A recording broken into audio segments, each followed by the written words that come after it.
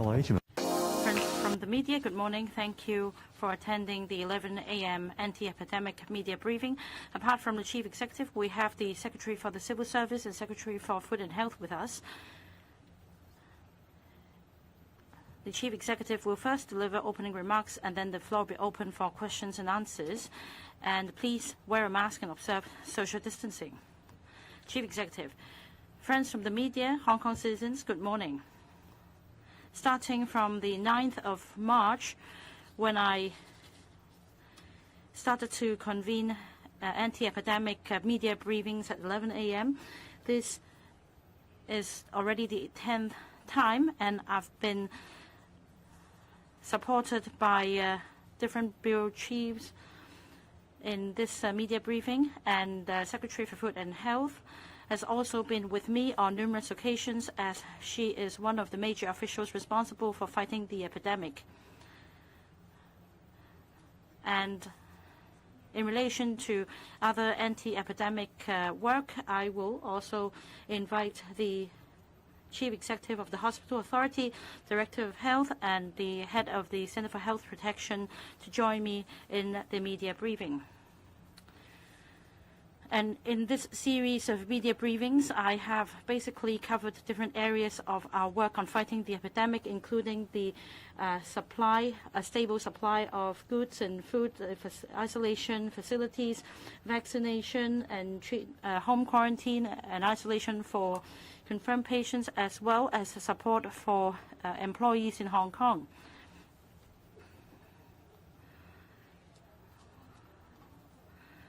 This task is supported by civil servants. We have a fleet of 118,000 civil servants, and apart from implementing work-from-home arrangements, we have also introduced anti-infection measures to help suppress the number of confirmed cases. And even in the face of criticisms, our civil servants have stepped up to the front in order to support various anti-epidemic tasks.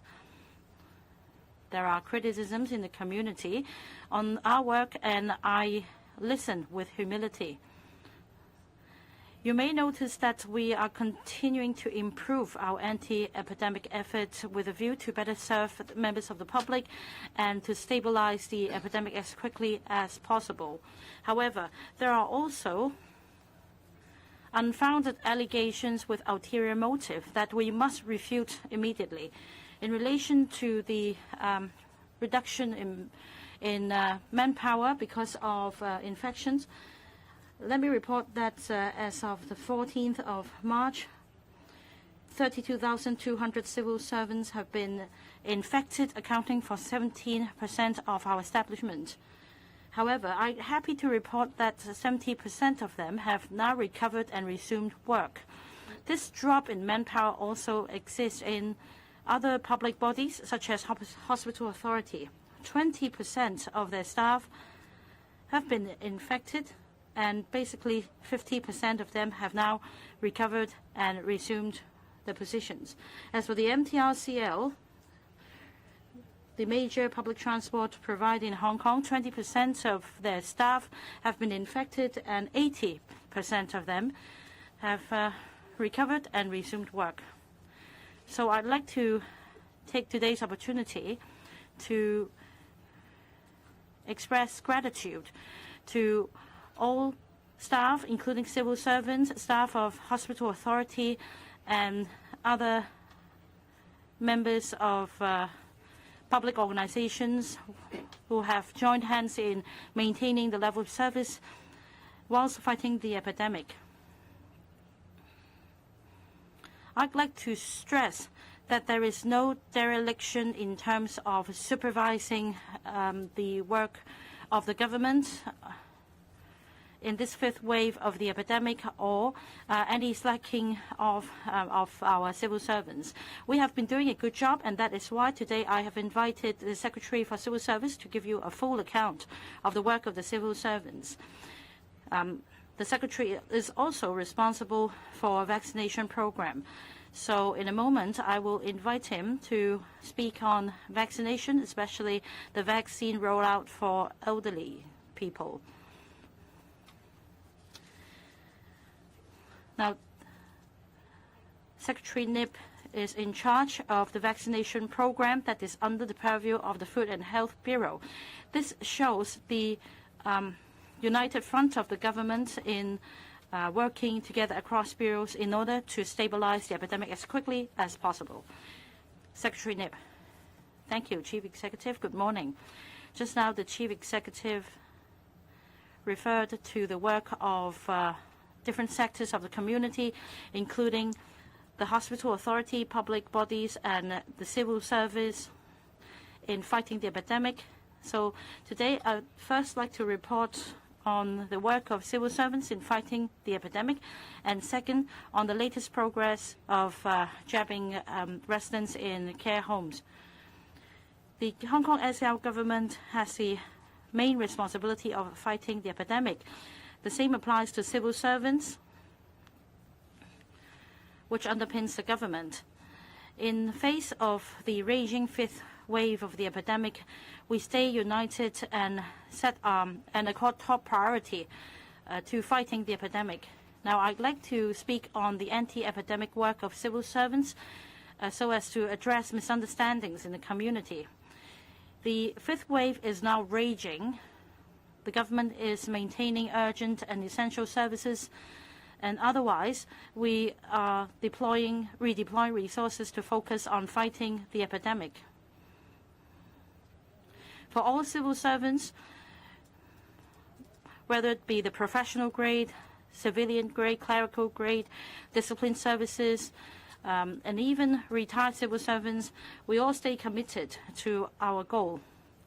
This has been an unprecedented challenge to us.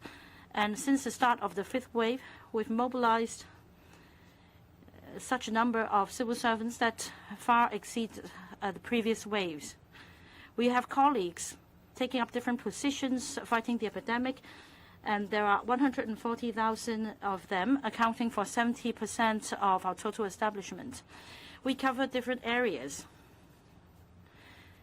These areas are under the purview of different policy bureaus.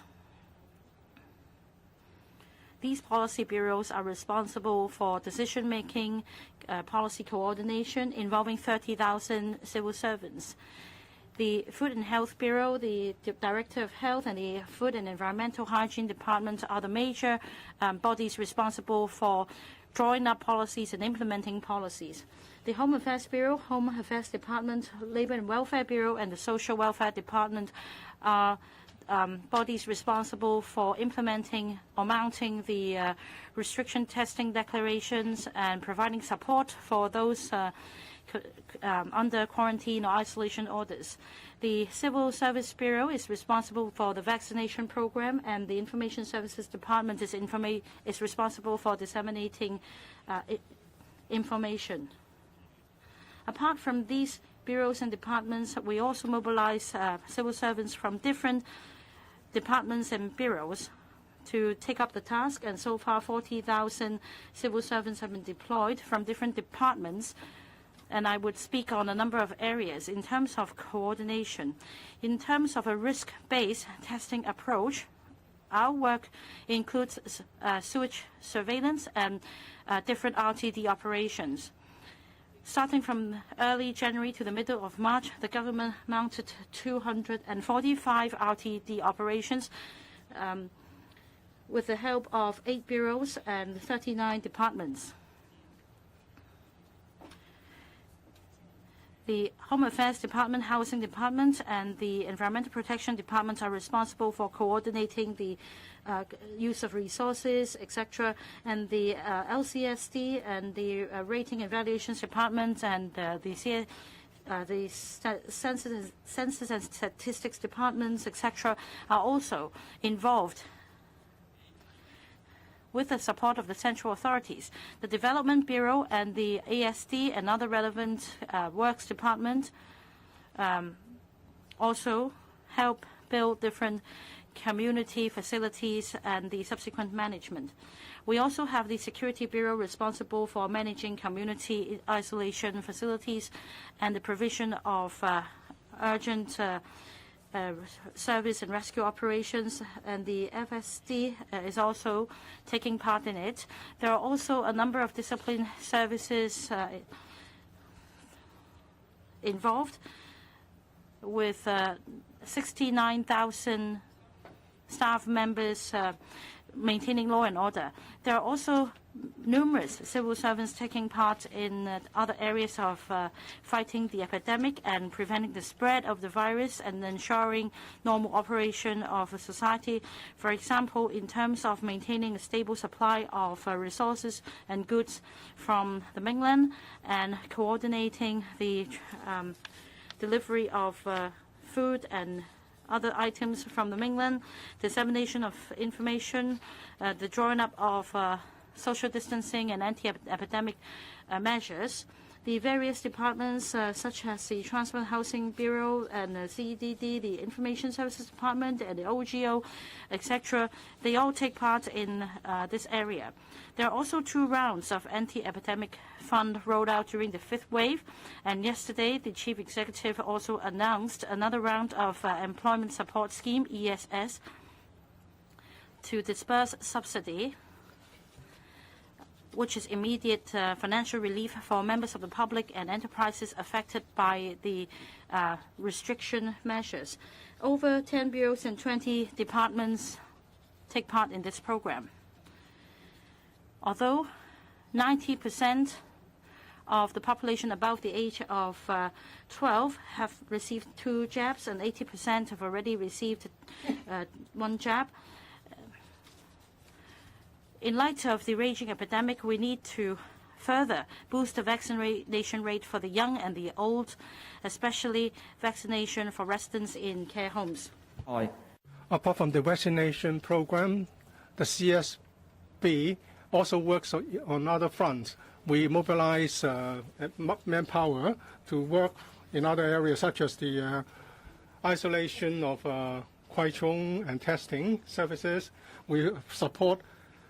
We provide 1,800 people, and in other effort, we mobilize 500 volunteer workers to help the testing contractor to manage crowd.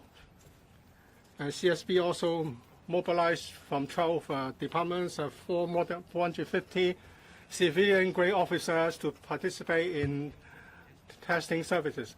And also, in order to send the confirmed cases to hospitals, we have also sent people to Center for Health Protection to help them doing the inputting of data. At the same time, we maintain essential and critical public services, such as the boundary control, immigration services, postal services, road patrols, emergency road repair, and management of public housing estates. Many departments, because of public demand for services, are still providing the services needed, such as the TID licensing office, family service centers, and social security offices of the SWD. Many departments are still manning their counters as usual.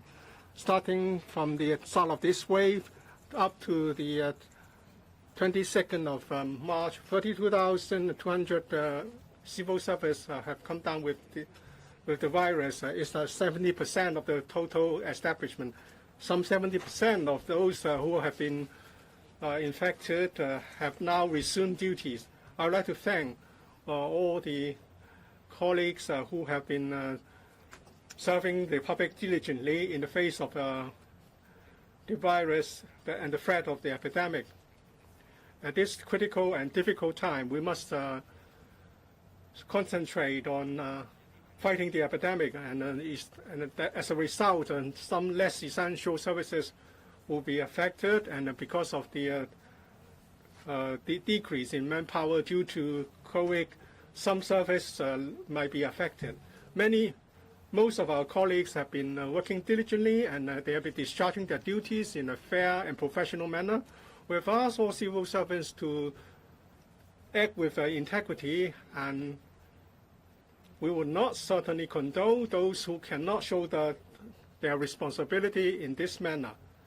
We hope that we would like the service standards to be at a level that would meet public demand. But of course, in the face of criticism, we will face it with humility. We understand that our work has room for improvement, but I hope the public will not, as a result of criticism, ignore the contribution and hard work of the diligent colleagues in the civil service. At this difficult time, what's important is that we stand united in fighting the epidemic.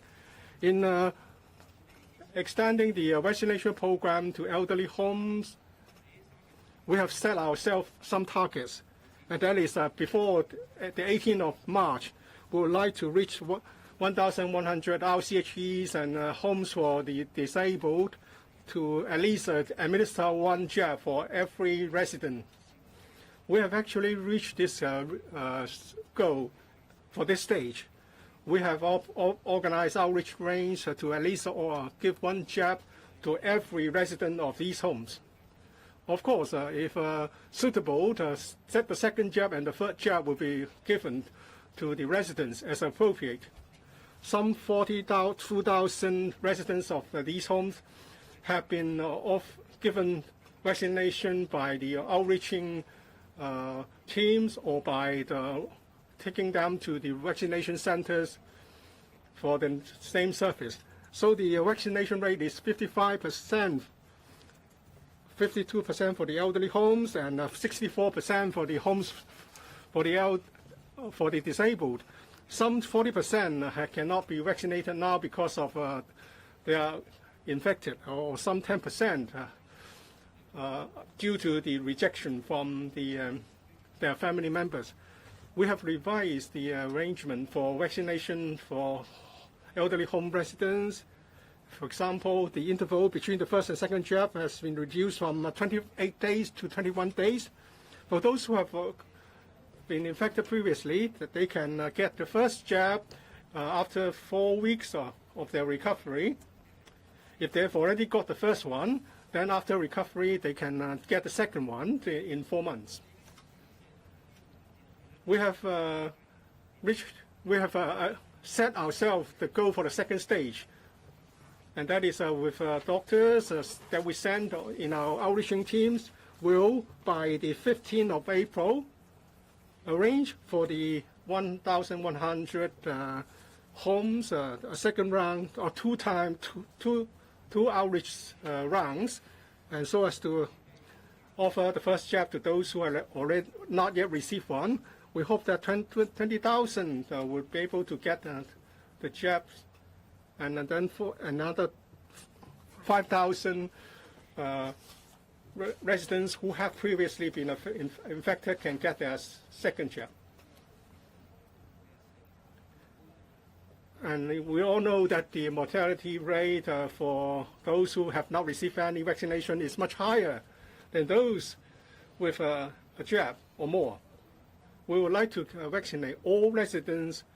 We would like all the residents to get vaccinated when it's appropriate to do so, so as to protect the public and protect our healthcare system. We now have a Q&A session. If you want to raise your question, please raise your hand, tell us where you're from, and then we'll give you the mic. We have quite a number of reporters here, so please limit the number of questions to 3.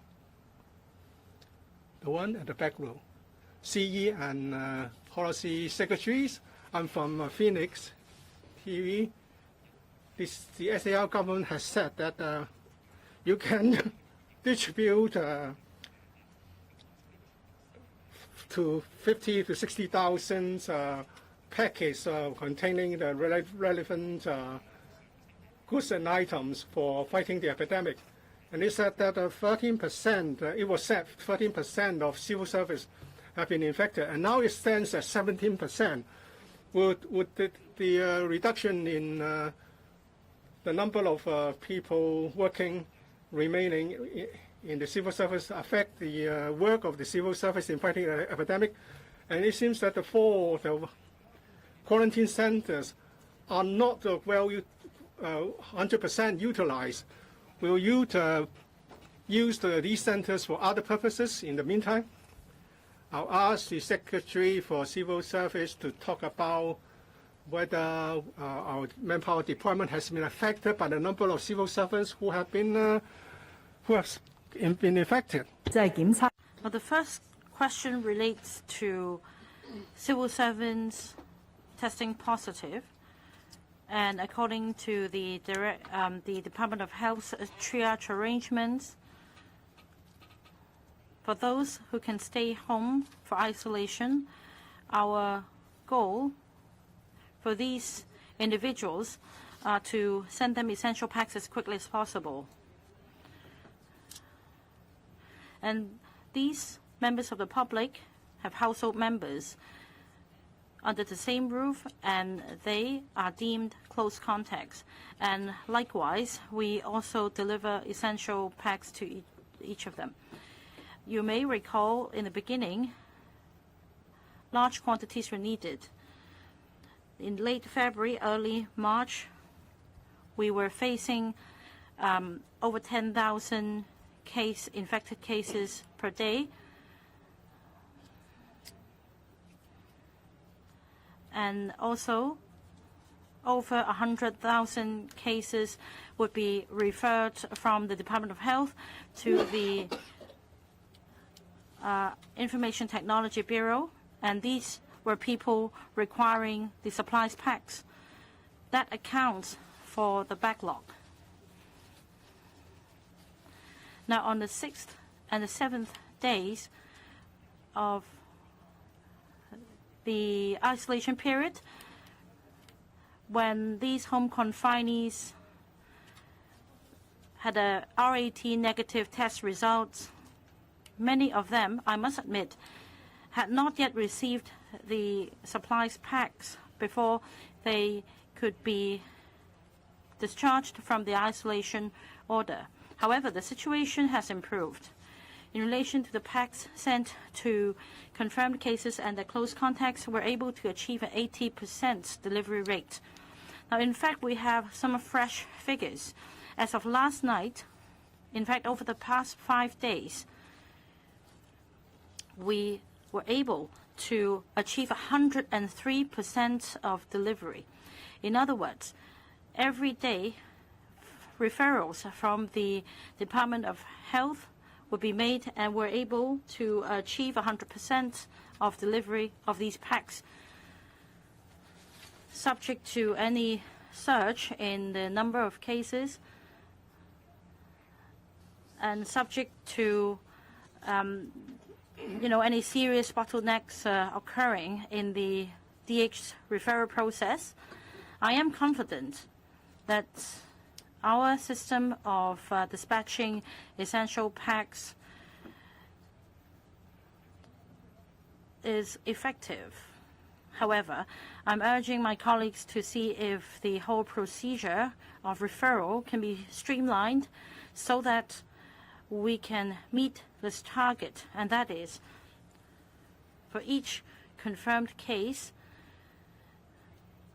be it a PCR test confirmed case or a confirmed case verified upon self-reporting of an RAT positive result, he would be able to receive an essential pack if he observes home isolation.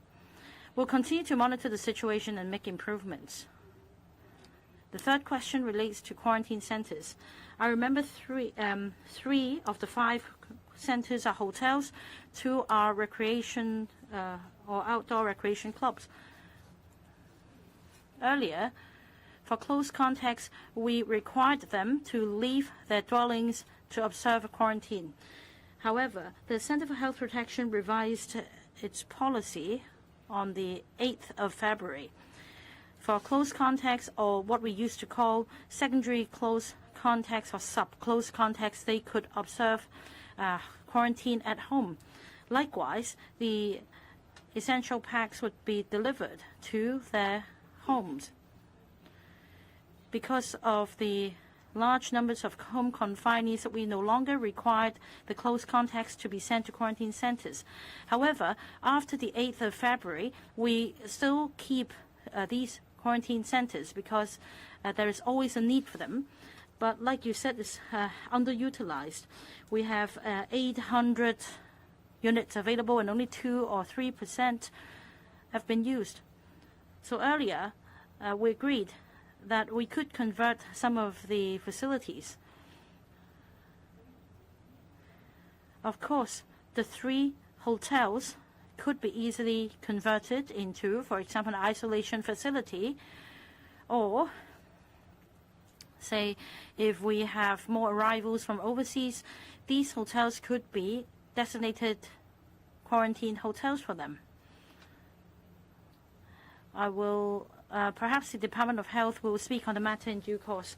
About the other question, Mr. Nip, yes, indeed, we have more civil servants getting infected, and as of the 14th of March, 17% of civil servants have been infected.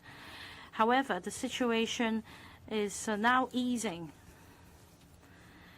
and the figures by and large reflect the epidemic situation. We, of course, attach great importance to protecting our colleagues.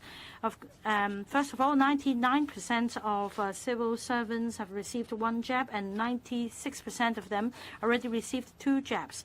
In fact, at the end of March, we will be requiring all civil servants to receive at least 2 jabs before they're allowed inside any government buildings. So that's the first line of protection. Secondly, depending on their work environment, we'll implement measures to make sure they're aware of the personal hygiene and protection measures, and we also provide the necessary work equipment to including PPEs, to make sure they're protected. And point number 4, they should be aware of their health condition, and if they get infected, they should avoid going back to the office. All these are safeguards.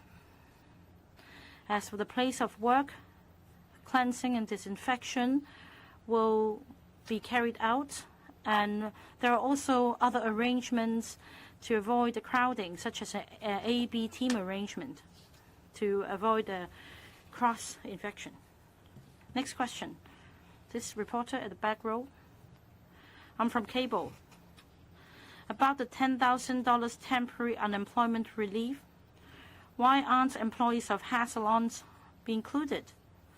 Because hair salons are the premises ordered by the government to suspend operations. So why can't the employees be included? Now, this morning, Dr. Tony Cole commented that there is no division of labor between the mainland medical support team and Hong Kong healthcare personnel. May I understand why? Because they just arrived in Hong Kong, and perhaps they are not familiar with the work here. Perhaps they should start with tasks entailing a lower risk before they further move up and take up more work. The third question is that it is rumored that the anti-epidemic pack would be dispatched to everyone in Hong Kong. Is it true? When will this be done? Now, Chief Executive just admitted that there was a backlog in terms of dispatching the packs. Now, if this happens across the territory, will a similar backlog happen? And also, Professor Sophia Chan, well, I just heard you cough a little bit. I just want to know if you're well. Right, first question. We announced 2 employment support measures. You asked about the measure announced under AEF 6.0, and that is a temporary unemployment relief. Yesterday afternoon, head of PICO already gave a detailed account to the media in relation to this scheme. Basically, this scheme seeks to support employees who were temporarily out of job because of the restriction measures. You may recall, starting from the 7th of January, we introduced restriction measures and ordered some of the premises to close. Over 10 types of premises, including beauty parlors, gym centers, etc. And they have been closed they have been closed since the 7th of January, and it is expected that the suspension will go on until the 20th of April. Hair salons were included in the list of premises to suspend their operation at a later stage, and in fact earlier we already lifted the restriction. So in terms of the period of restricted operation, they only suffered 28 days. That is in relation to temporary unemployment relief scheme. Eligible applicants must be continuously unemployed for at least 30 days immediately before application, and it is difficult, therefore, to include employees of hair salons. However, in terms of rehiring these employees, the employment support scheme should apply. I don't suppose hair salons are major franchises, and these smaller enterprises will benefit from the ESS 2022. In May, June, July, each employee will receive a subsidy of $8,000 each. And about the mainland medical support team, Professor Chan can speak on it. Let me now take the third question. During this period, the SAR government has handed out a lot of essential anti-epidemic packs. Some have been sent to homes where someone is put under isolation or some close contacts are being quarantined. We have distributed since the beginning of March hundreds of thousands of packs. At the same time, HAD has also handed out RAT kits, some 4 million in the community, mainly to buildings where the sewage test has turned positive and the case load is high. So the packs are given to the cleaning workers, the security staff, and sometimes even to residents to encourage them to do RAT tests more often so that they know they've been infected or not. Also, we have also, through various means, distributed supplies from the central government in the community, including hundreds of thousands of proprietary Chinese medicines. Some have been given to the HA's CMP clinics, and some have been distributed through community organizations. And there's an alliance to fight the epidemic in the community, and we have secured their cooperation in helping us distributing the packs. So this has been done very systematically, because individually these methods cannot reach everyone in the community. So we are now working on a program to ensure that we have better coverage, and we can do it more systematically, because these are medical supplies. So I've touched on some of them: essential packs, Chinese proprietary medicines, and information package to our citizens, so that everyone is equipped with the knowledge and everyone is provided with essential supplies. But your observation is right. If we are to do this in the whole community, it will be a major operation. We need to mobilize people and organizations in the community to help us do this. Last night, together with Secretary for Commerce and Economic Development, who is responsible for supplies, and also SHA,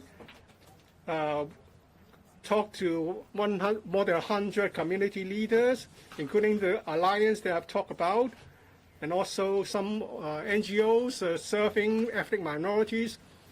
religious bodies and major welfare organizations.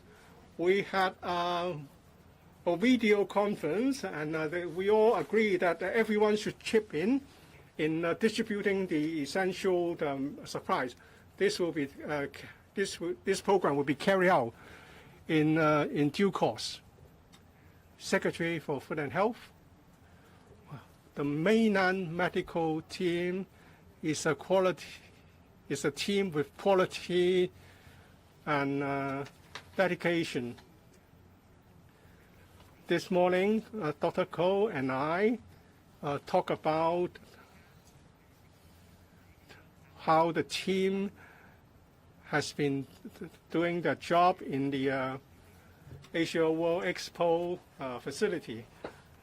This will take some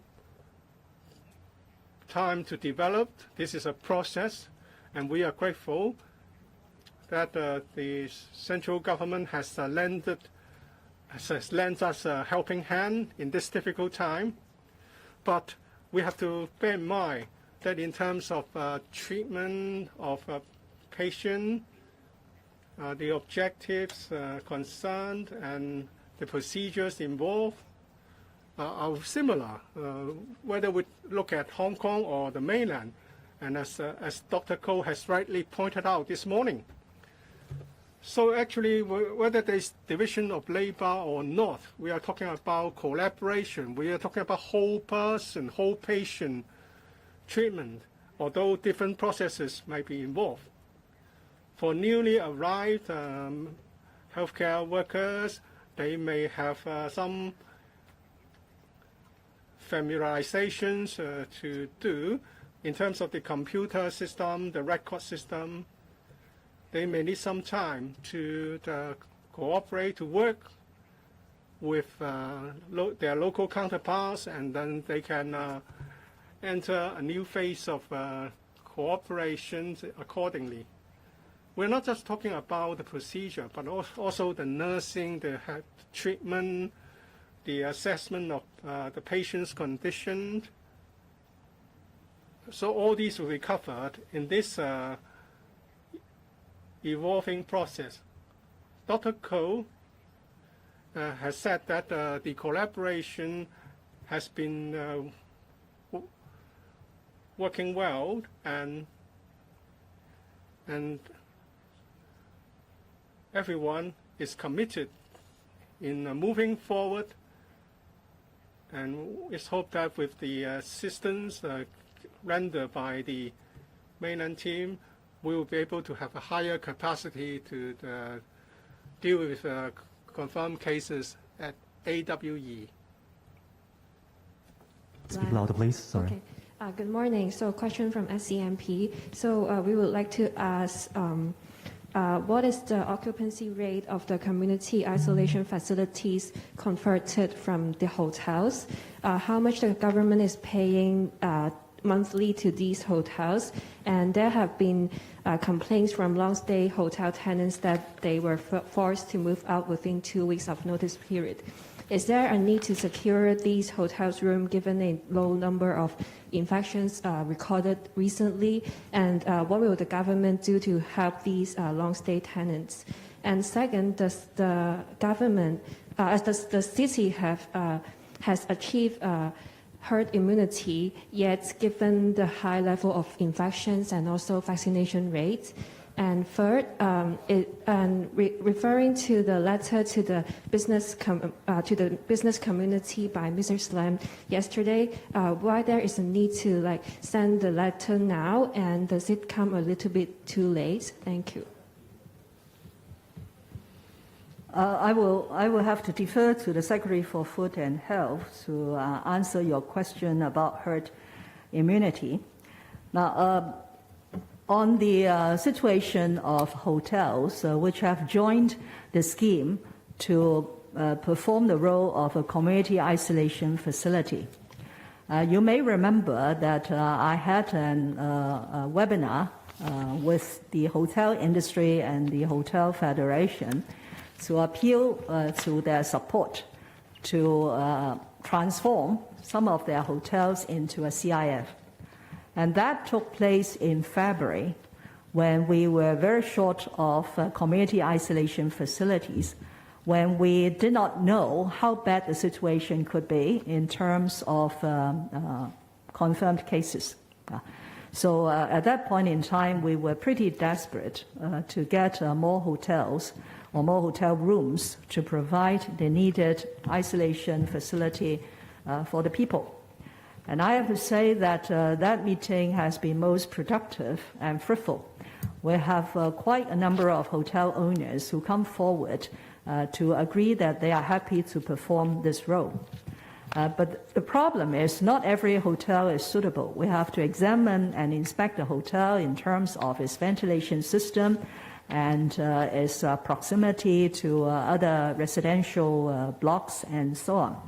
So right now, I think we have engaged about 30, maybe 30 hotels, but not all of them are on board yet, exactly because they have to do some decanting, as you have mentioned, because some hotels are occupied by long-term customers.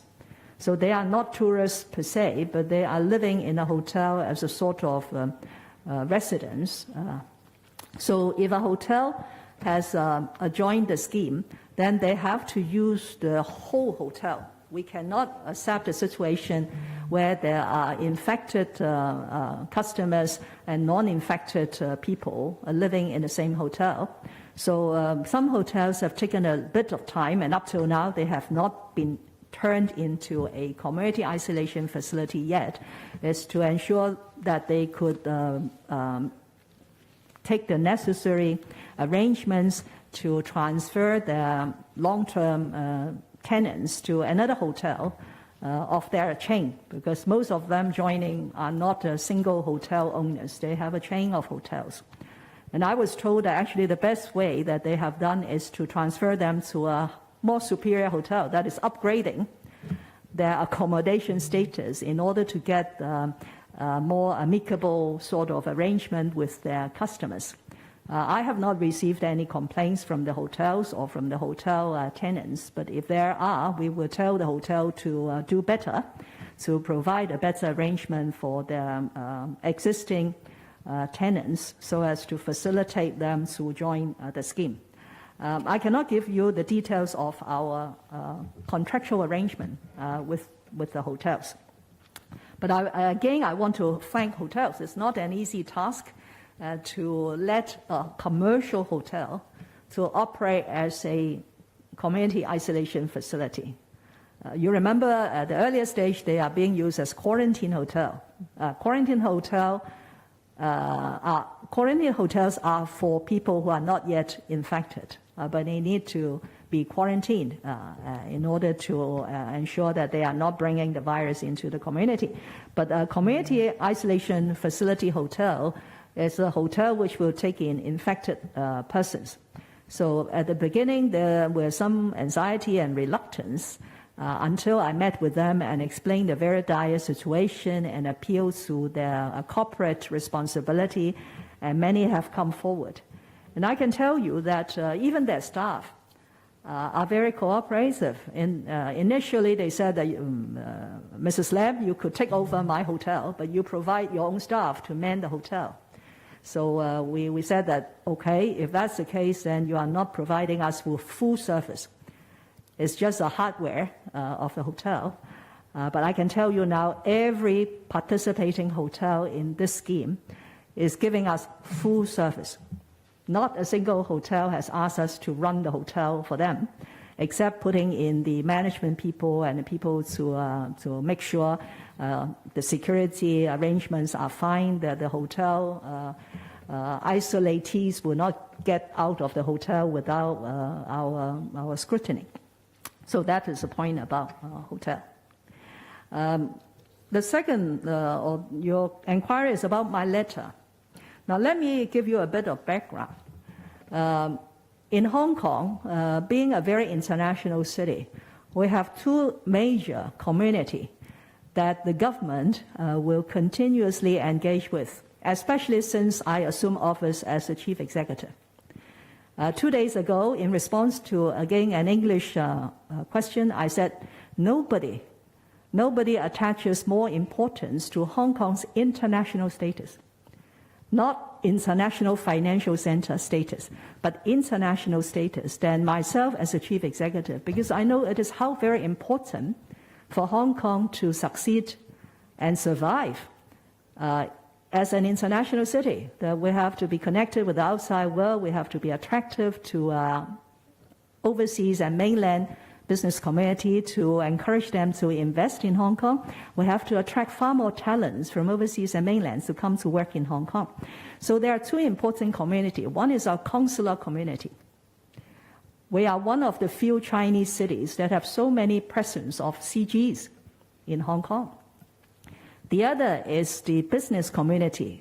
So we have a committee called the IBC, the International Business Committee, which is chaired by the CS for Administration, which means that during my 4.5 years as a Chief Secretary for Administration, I've been meeting these business chambers heads very often to tell them the Hong Kong situation and to get their feedback. And so since the beginning of this fight against the epidemic, I have been sending monthly reports, personally signed off monthly reports to these two very important communities every month, because somehow most of the news are now reported in Chinese or Cantonese. So our two expatriate community may not get the first-hand information about the work of the Hong Kong SAR government. So on a non-stop basis, I've been sending them monthly reports to tell them the government's work in fighting the epidemic. And on the 28th of February, I sent them my 24th report, because this fight has gone on for 2 years. And as a result of that, partly because of the current situation and worries about school closure and border controls, many of the recipients of my 24th report send me letters as a feedback. Okay? And so I thought that since there is a lot of common ground amongst the letters sent to me, I may as well give them a further supplementary piece of information through a letter to the same community, that is members of the IBC, and what we call the heads of post. Heads of post refer to the consul generals as well as the head of a number of international organizations in Hong Kong. And so that is the purpose of my letter, and my letter actually recaps all the things that I've said in public, especially on this occasion. But to give them a consolidated picture is something that I find it is relevant and it may be regarded as useful. And actually, from the yesterday's afternoon, I've been given a lot of feedback that they are very grateful for the Chief Executive's letter. They find it most informative and encouraging, but they also look forward to more concrete measures to be announced in due course. So it is not a question of whether this is done fast enough or too late. This is part of my ongoing work as a Chief Executive to engage with important communities in Hong Kong. Professor Okay. Chen. Oh, thank you, Chief Executive. Thank you for your question on herd immunity. I think how one can achieve immunity depends on basically a few things. First is infection, and second is vaccination. So whether Hong Kong has achieved herd immunity in totality remain a question that we need to look into through more scientific data, especially local scientific data. The Food and Health Bureau, in fact, have a commissioned study in the very beginning of the epidemic on looking into the issue of immunity. And so we have funded a serology study, a population-based serology study. So we need to look more into the data. And secondly, as I've said, natural infection is one, but vaccination is another. And you may already have heard from Patrick that about our vaccination rate in the community. But the vaccination rate of our elders in the community remain to be heightened, as you know, and we are working very hard on improving the vaccination rate of this particular group of people. So whether the entire society has achieved herd immunity remain a question that we need to look more into our scientific data. Thank you. 好，接住有位記者嘅提問。 Next question. 你好，点新闻记者。 I'm from Dot News, and then at the AWE, it will be managed by the HA and SWD, and it takes collective work from different departments to work it out, the programs. How would the SAL government ensure coordination? And people have a so-called epidemic fatigue. How are you going to encourage the frontline healthcare workers to remain dedicated and diligent? And more than 5,000 people have died from the epidemic. Behind them, there are 5,000 bereaved families, whether we're talking about children, victims, or elderly patients. They may suffer psychological impact and sufferings. What kind of support will be provided to these families? In terms of fighting the epidemic, in the process, we need the departments to work together.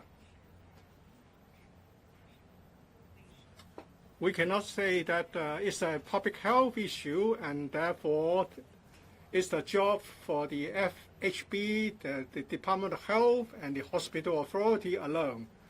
The epidemic is too serious for this to be true.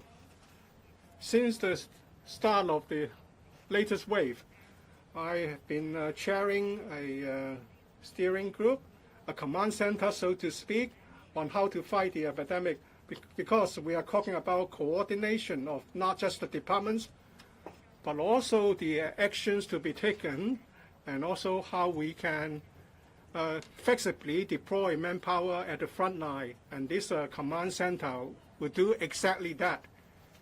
You talk about the AWE and the situation there. At the early stage, we have designated 2 parts because it's an exhibition center. There are many halls. So there are many halls as a matter of the architectural design. So the HA established community treatment center so that patients with mild symptoms will be accommodated in the treatment center, and then later the SWD converted some other space into a quarantine center. Why does the SWD need a quarantine center? In the past, if there's a confirmed case in an elderly home, or if a staff of an elderly home gets infected, the Food and Health or the Center for Health Protection would identify who would be the close contacts, and the SWD would transfer the close contacts to this SWD facility at AWE. That's the quarantine center run by the SWD to make sure that they are not infected by the patients there. But now some adjustments have been made by SWD. The facility would take in elderly confirmed cases with mild symptoms. As both facilities are located at AWE, but SWD is not a healthcare organization. And therefore they need some resources, and those were provided by the hospital authority. So that's the kind of division of labor between the two. We have division of labor and in other areas, and we also have coordination. We cannot have every party doing the same thing and overlapping one another, because some departments do have expertise in some areas, some are more experienced in one area than other. We have been fighting the epidemic for some 2 years now. Many people are facing the so-called fatigue problem. But I can tell you that I am not suffering from this problem. Although my term will expire in just over 3 months. But every day, I maintain my spirit up in fighting the epidemic. I don't feel any fatigue, and I have no such feeling that would affect my work. So that's why I've been here talking to you about the epidemic situation in Hong Kong on a daily basis. So whether we are talking about healthcare workers, the cleaning workers, the security staff working at the front line, well, we care for them all. We do this by providing the necessary protection gear, the PPE, whether we are talking about face masks, gowns, or many people are now doing RAT. We provide them with test kits. We provide all of these. We are using some 2 million kits every day. That's why I'm saying that we are protecting our frontline workers.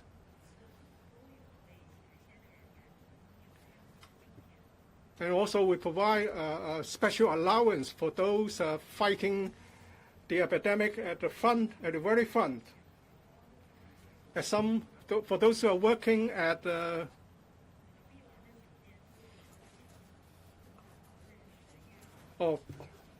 more riskier positions, we give them a closed-loop work environment. We provide hotels in this system, and also dedicated vehicle fleet to ply between their hotels and the workplaces.